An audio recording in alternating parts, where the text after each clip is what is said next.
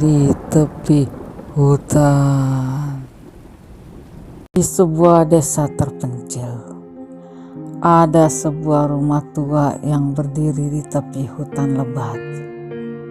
Rumah itu dikenal oleh penduduk desa sebagai tempat yang angker dan tidak ada yang berani mendekatinya. Setelah matahari terbenam, konon rumah itu pernah menjadi tempat tinggal keluarga kaya yang tiba-tiba menghilang tanpa jejak. Bertahun-tahun yang lalu hingga kini tidak ada yang tahu apa yang terjadi pada mereka. Suatu malam, seorang pemuda bernama Anton yang baru pindah ke desa itu mendengar cerita tentang rumah tersebut dari tetangganya. Anton bukanlah orang yang mudah percaya pada cerita-cerita hantu. Dengan penuh penasaran, dia memutuskan untuk menyelidikinya sendiri. Malam itu juga, Anton mempersiapkan senter, tali, dan pisau kecil sebagai jaga-jaga, lalu berjalan menuju rumah di tepi hutan itu. Saat Anton mendekati rumah, suasana semakin mencekam. Angin malam bertiup dingin dan suara daun kering yang bergesekan terdengar seperti bisikan halus. Cahaya bulan samar-samar menembus celah-celah pepohonan, memberikan bayangan aneh di sekitar rumah. Anton mencoba menenangkan dirinya dan melangkah ke pintu depan yang sudah lapuk. Pintu itu berderit keras saat Anton mendorongnya perlahan.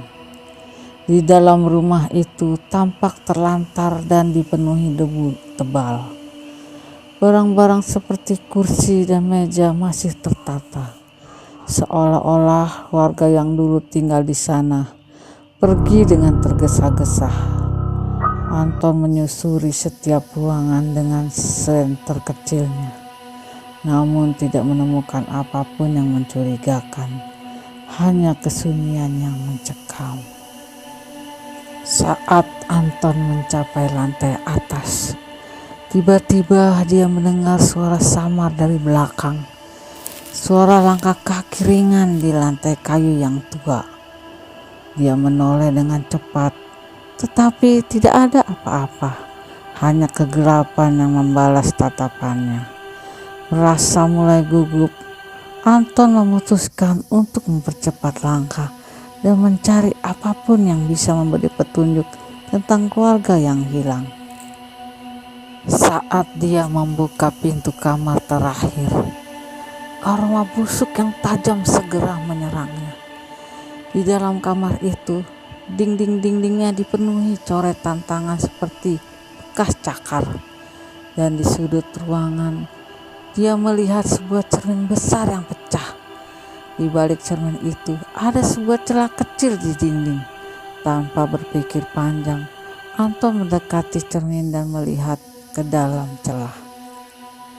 Tiba-tiba dari dalam celah itu muncul tangan pucat yang kurus, menarik Anton dengan kekuatan tak terduga. Dia terjatuh ke lantai dengan keras, dan ketika dia berusaha bangkit, dia melihat sosok seorang wanita dengan gaun putih lusuh muncul dari dalam celah dinding. Wajahnya pucat, matanya kosong, dan mulutnya terbuka seolah ingin menjerit, tapi tak ada suara yang keluar. Wanita itu berjalan perlahan ke arah Anton dengan langkah terseret yang mengerikan. Anton merasa seluruh tubuhnya membeku. Dia berusaha bergerak, namun kakinya terasa berat. Tiba-tiba wanita itu berjongkok di depannya. Wajahnya hanya beberapa inci dari Anton. Bau busuk semakin tajam, dan dari mulut wanita itu keluar bisikan yang nyaris tak terdengar. Tolong aku, keluarkan aku dari sini. Ketika Anton hendak menjawab, wanita itu mendadak menghilang, seolah terserap kembali ke dalam kegelapan. Tapi suara langkah kaki di lantai kayu masih terdengar, semakin keras, semakin mendekat. Tanpa berpikir panjang, Anton berlari menuruni tangga dengan jantung berdebar kencang. Pintu depan yang tadi terbuka kini tertutup rapat. Dia mencoba membukanya, tapi terasa terkunci. Saat Anton menoleh ke belakang, dia melihat bayangan wanita itu lagi. Kini berdiri di ujung tangga. Dia tidak bergerak, hanya menatap Anton dengan tatapan kosong yang membuat darahnya membeku. Akhirnya, dengan sekuat tenaga, Anton berhasil membuka pintu dan berlari keluar dari rumah itu. Dia tidak berhenti sampai mencapai desanya.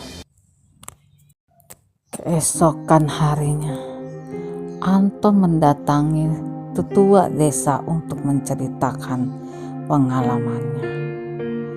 Tetua itu hanya menggelengkan kepala dengan wajah muram. Kau tidak seharusnya masuk ke sana.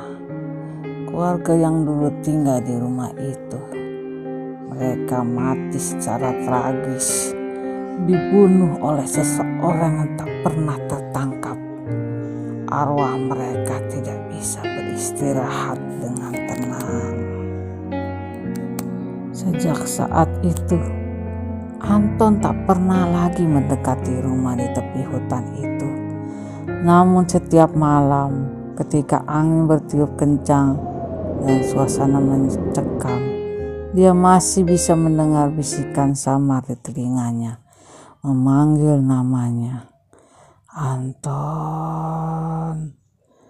Anton, meminta pertolongan dari dunia yang tak bisa dijangkau oleh manusia.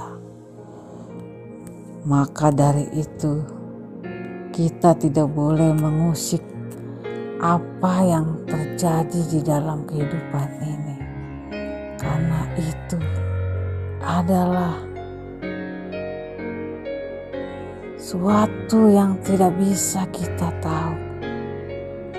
Yang tahu hanyalah kehidupan di luar dari kita nalar.